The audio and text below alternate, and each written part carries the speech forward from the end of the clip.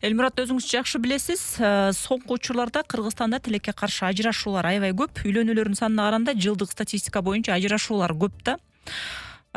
Бул баягы биринчи себеби жумушсуздук, башкача айтканда экономикалык жагдайларды мисал келтиришет. Бирок ошону менен катар эле башка дагы көзгө көрүнгөн жана көрүнбөгөн себептери бар. Анан сиздин жеке пикириңизде азыркы учурда ушул Кыргызстанда ажырашуулардын санын кыскартуу үчүн диндин канчалык орду бар, эмнелер, кандай мүмкүнчүлүктөрү бар анан? Айтылгандай, диндин салымы менин оюмча эң акыркы баскычта келет деп ойлойм. Тиет салымы. Биринчи кезекте экономикалык түзөлүү болуш керек. Чындыгында акча аз болгондо үй бүлөдөгү негизги Маслоудун пирамидасынын эң түбүндөгү тамак аш жана медициналык коопсуздук дейбизби балким.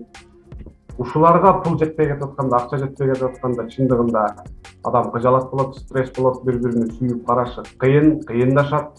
Баланын муктаждыктары бар, үй бүлөнүн муктаждыктары бар.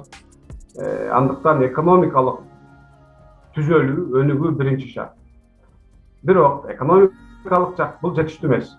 Экономикалык жактан өтө жакшы өнүккөн, бизге караганда бир топ жакшы болгон коомчулуктарда дагы керек болсо биздикиден дагы терең үй бүлөлүк маселелер бар экенин дагы билүүгө болот, көзөмөлдөөгө болот. Демек, экинчи жак бул мен дайым айтып келем, гуманитардык тармактарды бир жакшы билиш керек. Биздин Кыргызстанда өзүмдүн бир кыялым бар эле, дагы деле кыялым, балки мүмкүнчүлүк болма келсе, үй бүлө институту деген окшогон бир институт куруп, өзгөчө ошол гуманитардык тармактарда психология, педагогика, каада салт, бираз философия, бираз логика окутуп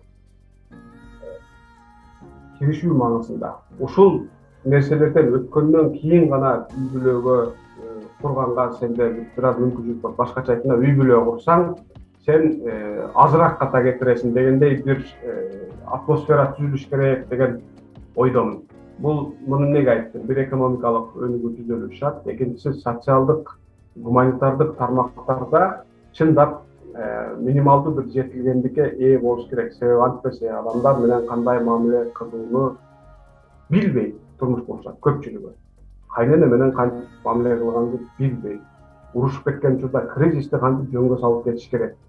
Күнүмдүк өзүнүн психологиясын кандай таза tutуш керек, күчтүү tutуш керек. Бала төрөлгөндө мунун медициналык жагы башка, психологиялык жактан, педагогикалык жактан туура тарбия берүүнүн минималдуу шарттарын көпчүлүк үй бүлө билбейт деп ойлойм. Тилекке каршы.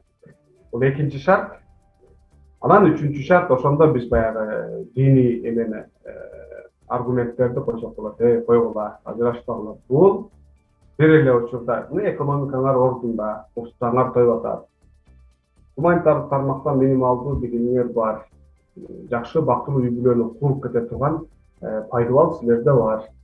Ошол эле учурда бул Кудайдын дагы силерге буйруган, керек болсо үстүнө сооп берген, жакшы бала тарбиялап чыксаң, жакшы кыз тарбиялап чыксаң, эртең бейишинен дагы орун бере турган бир мүмкүнчүлүк турат деп мындай кошуп айтса, ошондо таасир болушу мүмкүн. Көбүнчө бизде мындай байкуш биздин Кыргызстандагы адамдарды жанагы катардагы калың катман адамдардын башка чапкандай кылып айткан маселелерге, баяндарга мен каршымын да.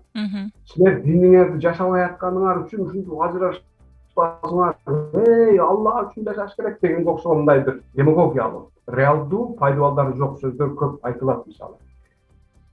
Эң жакшы дин кайсыл жерде жашалып атат деп мисалы ошол биздин ушинтип айтып аткандардан сурасак, бир канча өлкөнү көрсөтүш мүмкүн. Индия, белгилүү бөлүктөрү, Пакистан, Бангладеш. Ал жерде үй бүлөлүк проблемалар жокпу?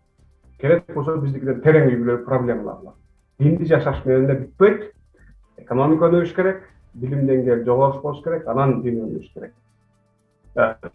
Диний аргумент өтүмдүү болуш керек. Анан сиз ажырашууну алуу дегенде укуктук жактан жана ЗАГСтын 40 айтып аткан жоксуз да, үй бүлөнүн ичиндеги терең келишпестик, кандайдыр бир мындай экөө балким бир крышанын түбүндө, бир үйдүн ичинде жашап атат, бирок дээрлик эки башка дүйнөдө жашап калган үй бүлөлөр аябай көп. Биз муну ажырашуунун статистикасына кирбей калган үчүн эле булар ажырашкан жок, булар ажырашты деп, булар акыры болбой калып, же өлөм же ажырашам дегендер да, мындайча айтканда. Ошолордун статистикасынан карап алып биз сүйлөп атабыз да. Мен айткан нерселер орундалса, жакын арада орундалат деп үмүт кылабыз. Орундалса, бул нерсе ошол статистиканы гана түзөтпөйт, статистиканы гана азайтпайт, түшүрбөйт. Негизи эле чыныгы реалдуу жашоодогу гармонияны дагы түптөөгө чоң салым кошмок, чоң жол ачмак деп ойлойм.